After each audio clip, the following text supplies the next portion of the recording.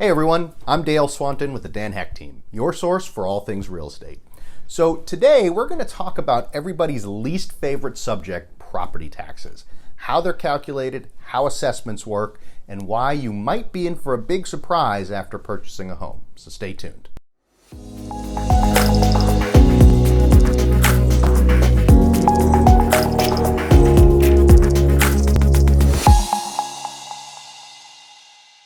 So before I get started, I have to give my necessary disclaimers here. I am not an attorney, so nothing I say should be construed as legal advice. Also, real estate laws and customs do differ from state to state, so if you're outside of Western Pennsylvania, then I absolutely recommend that you speak to a local agent in your market. All right, so let's talk about property taxes. Now, I fully admit that this is not the most interesting topic and it does get confusing at times, but please bear with me until the end and hopefully it'll make a lot more sense by then.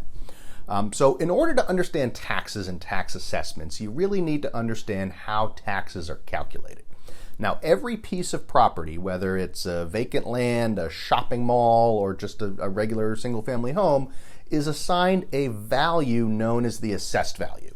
Now, assessed value is not the same thing as fair market value. I hear that a lot. Those are two very, very different numbers. The fair market value is what your property would likely sell for on the open market, whereas your assessed value is purely used to determine your tax burden. So in the vast majority of cases, your assessed value is going to be lower than your fair market value. And I'll show you why that is the case here in a minute. So to calculate taxes each year, that assessed value is going to be multiplied by what's known as the millage rate. And I'll get into millage rates and how those are arrived at here in a few minutes. But for now, just understand that 1 mil is equal to $1 in paid taxes for every $1,000 of assessed value. Okay, so let me give you an easy example.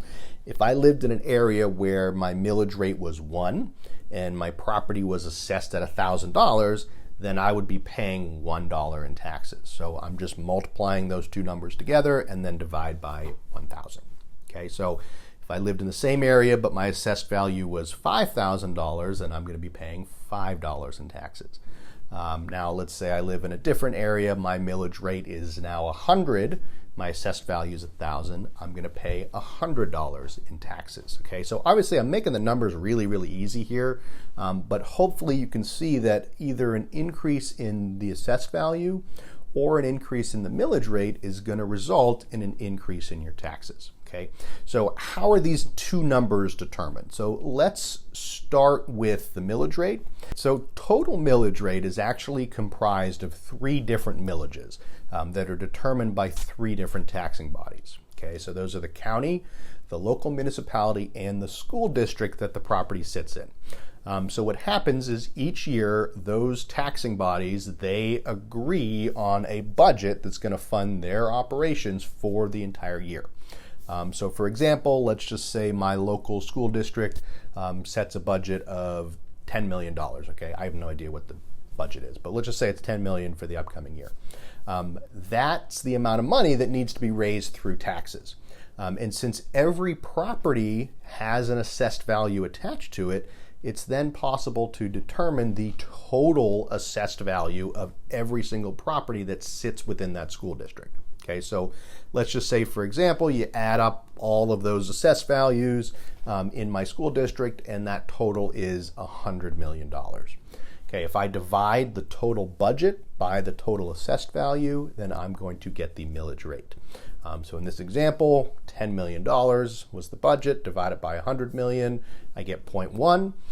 But because millage rate is expressed per $1,000 of assessed value, you have to multiply it by 1,000 and you end up with a millage rate of 100. Okay, so if you didn't completely follow the math there, don't worry. It's really, again, the math is not what's important here. But what is important is to understand that the budget set by the taxing bodies is what determines the millage rate. And because budgets can fluctuate year over year, so too the millage rates can fluctuate year over year. So if the budget increases, millage rate's going to increase, and therefore your property taxes are going to increase. Now, assessed value is the other side of that equation. So remember that your total property taxes is just the millage rate multiplied by your assessed value divided by 1,000. So you might be wondering, well, how is the assessed value determined? So property taxes are one example of what are called ad valorem taxes.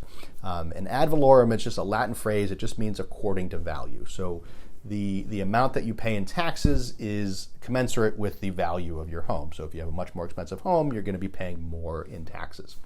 Now you can imagine that the process of assigning an assessed value to every single property is fairly difficult, right? I mean, properties are very different from one another. You know, you might have a newly constructed home, and the question becomes, well, how do you put an assessed value on that that's going to be fair, you know, relative to other homes in the area? So it's not going to be, you know, practical or even feasible to reassess every single home every single year.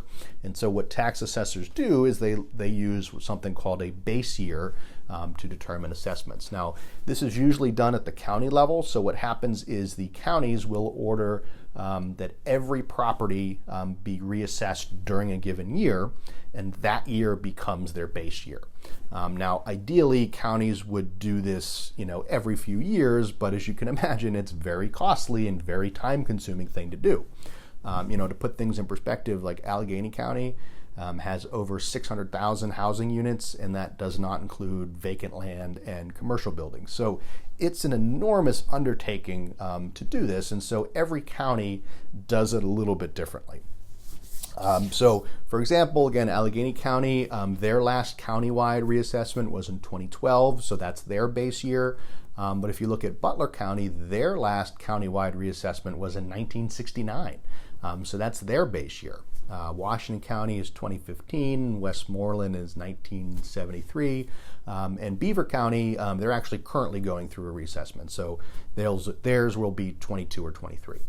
And so what that really means is that your home's assessed value should be equal to the fair market value of your home in the base year.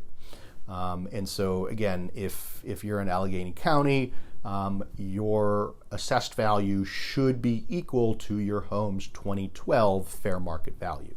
If you're in Butler, it should be equal to your home's 1969 fair market value.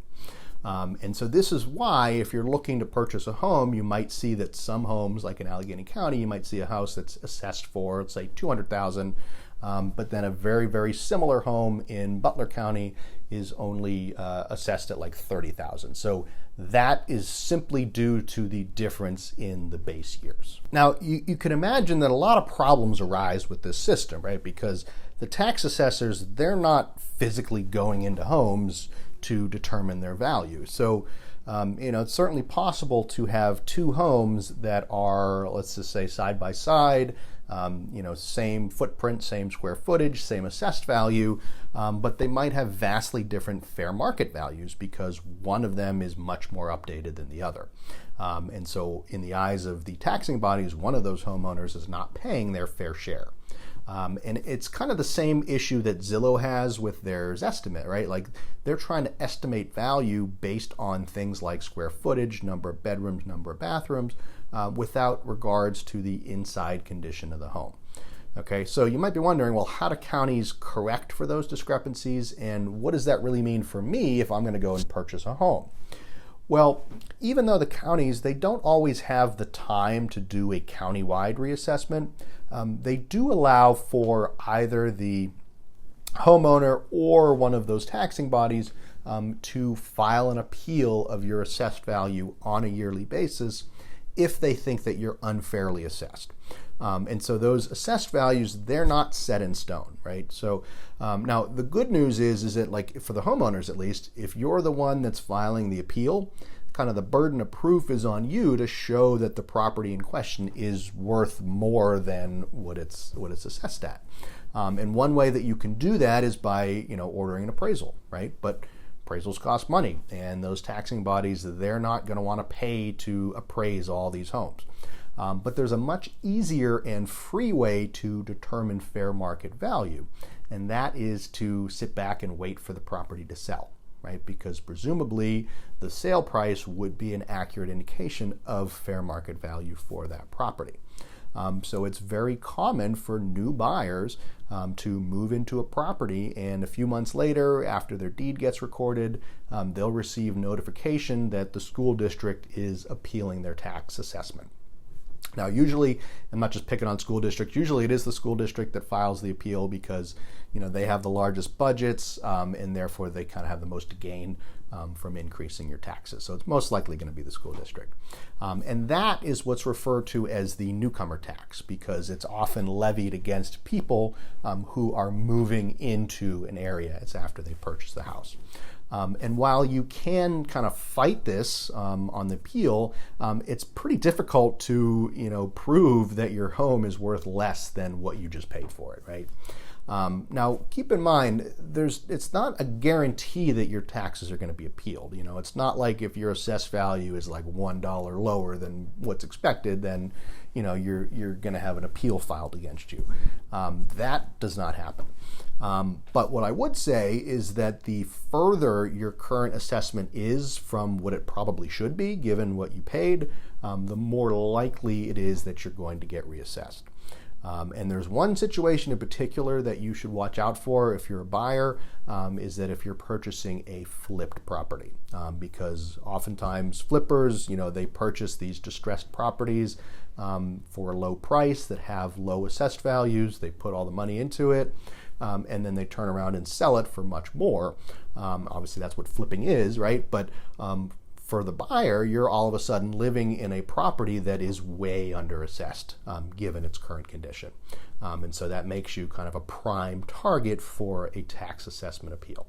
And if you think that's unfair, you're certainly not alone. In fact, a group of homeowners just late 2021 actually filed a lawsuit against Allegheny County, alleging that these tax reassessments from appeals were really unfair, and they're causing new homeowners to pay much more than their fair share of property taxes.